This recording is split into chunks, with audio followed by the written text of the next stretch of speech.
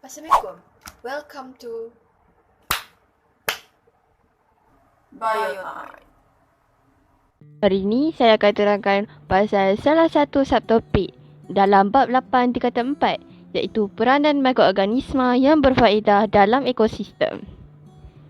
Hidup kita dikelilingi dengan berjuta-juta mikroorganisma yang tidak boleh dilihat oleh mata kasar.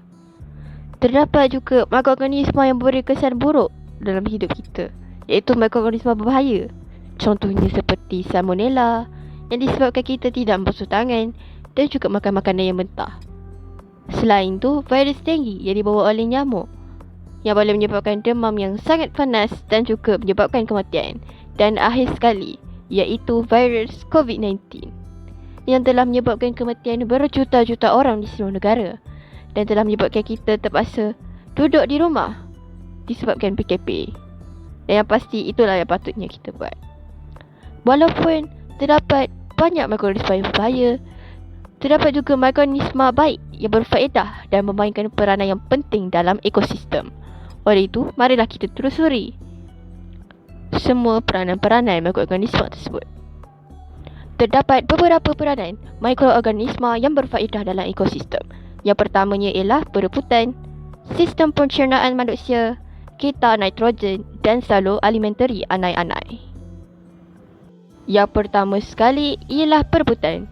Perebutan merupakan penguraian bahan organik daripada perebutan organisma yang mati, dijalankan oleh mikroorganisma pengurai seperti kulat dan bakteria saprofit. Mikroorganisma pengurai menguraikan bahan organik kompleks seperti najis haiwan, bangkai haiwan dan pokok reput kepada sebahagian ringkas seperti amonia. Melalui perebutan, unsur seperti karbon, nitrogen dan sulfur yang dihasilkan dikembalikan semula ke dalam tanah untuk menyuburkan tanah. Bahan ini dikita semula dalam ekosistem apabila diserap balik oleh tumbuhan. Selain itu, di dalam loji rawatan kumbahan, iaitu tempat di mana semua bahan kumuh dan tinja manusia berada, bakteria anaerob menguraikan najis manusia kepada gas metana. Gas ini boleh digunakan sebagai bahan api untuk memasak dan untuk pencahayaan rumah. Yang kedua ialah kita nitrogen.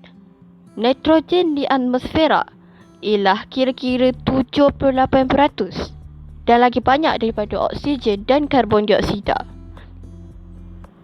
Nitrogen digunakan untuk menghasilkan protein oleh haiwan dan tumbuhan. Tetapi malangnya, nitrogen tidak boleh diserap langsung oleh haiwan dan tumbuhan. Tumbuhan hanya boleh menyerap nitrogen dalam bentuk ion amonium dan ion nitrat di dalam tanah. Dengan ini datangnya fungsi mikroorganisma yang berfaedah kita, iaitu bakteria pengikat nitrogen yang dapat menukarkan nitrogen dalam atmosfera kepada bentuk yang boleh digunakan dalam tumbuhan. Contohnya seperti rhizobium yang hidup di dalam nodul pokok ligum dan juga nostoc yang dijumpai secara bebas di dalam tanah. Secara ringkasnya, ini ialah kita nitrogen. Anda juga boleh lihat kita nitrogen ini di dalam buku teks. Walaupun di hitam putih, insya-Allah anda boleh faham. Anda nampak bulat-bulat di akar tersebut? Itu ialah nodul. Dan di dalam nodul ada kawan baik kita, iaitu rhizobium. Apabila nitrogen merasa masuk ke dalam nodul, rhizobium akan menukarkan nitrogen kepada amonia. Dan sekali lagi, rhizobium akan menukarkan amonia kepada nitrit. Dan sekali lagi akan menukarkannya kepada nitrat. Selain itu, nitrogen di atmosfera juga boleh ditukarkan kepada nitrat melalui fenomena kilat. Kemudian, nitrat akan diserap oleh akar pokok tersebut. Kemudian, tumbuhan akan menggunakan nitrat untuk menghasilkan protein. Apabila ada haiwan, contohnya lembu, memakan tumbuhan tersebut dan menggunakan protein tersebut, lama-lama lembu akan merah dan keluarlah najis. Dan apabila najis terurai, keluarlah amonia. Kemudian amonia akan kembali ditukarkan kepada nitrat. Bagaimana? Mari kita tengok. Jadi, bagaimana amonia ditukarkan kepada nitrat semula? Dengan ini datangnya mikroorganisma berfaedah kita, iaitu dipanggil bakteria penitritan. Bakteria penitritan itu ialah Nitromonas dan Nitrobacter. Nitromonas akan menukarkan amonia kepada nitrit dan Nitrobacter akan menukarkan nitrit kepada nitrat. Kemudian nitrat tersebut akan ditukarkan kembali kepada nitrogen oleh bakteria pendenitritan.